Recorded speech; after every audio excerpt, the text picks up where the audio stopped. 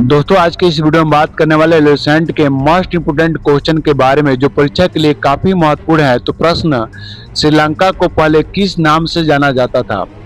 श्रीलंका को पहले किस नाम से जाना जाता था? तो इसका करेक्ट आंसर हो जाएगा सी नंबर, सिलोन। सिलोन को श्रीलंका के पहले नाम से जाना जाता था। तो इसका चलिए अगला प्रश्न, भारत के कितने राज्य समुद्र के किनारे पर बसा हुआ है? भारत के कितने राज्य समुद्र के किनारे पर बसा हुआ है? तो इसका करेक्ट आंसर हो जाएगा सी नंबर, 9 राज्य है जो समुद्र के किनारे बसा हुआ है। चलिए अगला प्रश्न देखते हैं, निम्नलिखित में से किस राज्य से होकर कर्क रेखा नहीं गुजरती है? निम्नलिखित में से किस राज्य से होकर कर्क रेखा नहीं गुजरती है? तो इसका करेक्ट आंसर हो जाएगा ए नंबर, ओडिशा। अगला प्रश्न, भारत का वह राज्य जिससे होकर कर्क रेखा गुजरती है? भारत का वह राज्य जिसे कर्क रेखा होकर गुजरती है। इसका करेक्ट आंसर हो जाएगा डी नंबर, झारखंड। चलिए अगला प्रश्न देखते हैं, कौन सा स्थान भूमध्य रेखा के निकटतम स्थित है? कौन सा स्थान भूमध्य रेखा के निकटतम स्थित है? तो इसका करेक्ट आंसर हो जाएगा सी नंबर, इनिंद्रा पॉइंट। इसका करेक्ट आंसर हो जाएगा इनिंद्रा पॉइंट। चलिए अगला प्रश्न देखते हैं, न्यू मोर द्वीप कहाँ पर स्थित है? न्यू मोर द्वीप कहाँ पे स्थित है? इसका करेक्ट आंसर हो जाएगा बी नंबर, बंगाल की खाड़ी में।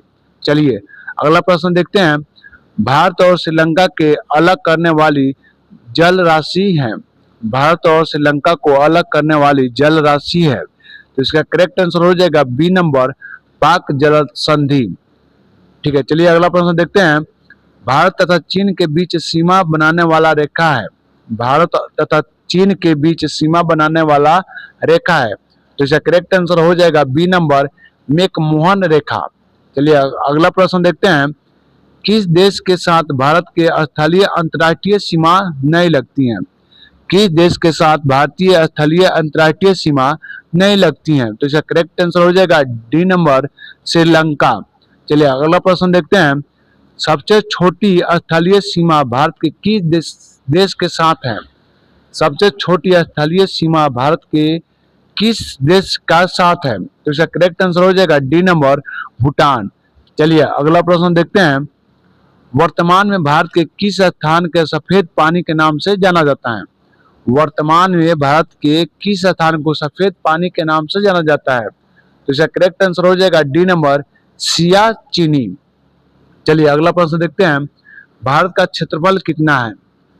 भारत का क्षेत्रफल कितना है? तो इसका करेक्ट आंसर हो जाएगा सी नंबर, 32,87,263 वर्ग किलोमीटर। चलिए अगला प्रश्न देखते हैं, भारत किस गोलार्ध में स्थित है? भारत किस गोलार्ध में स्थित है? तो इसका करेक्ट आंसर हो जाएगा ए नंबर, उत्तरी और पूर्वी।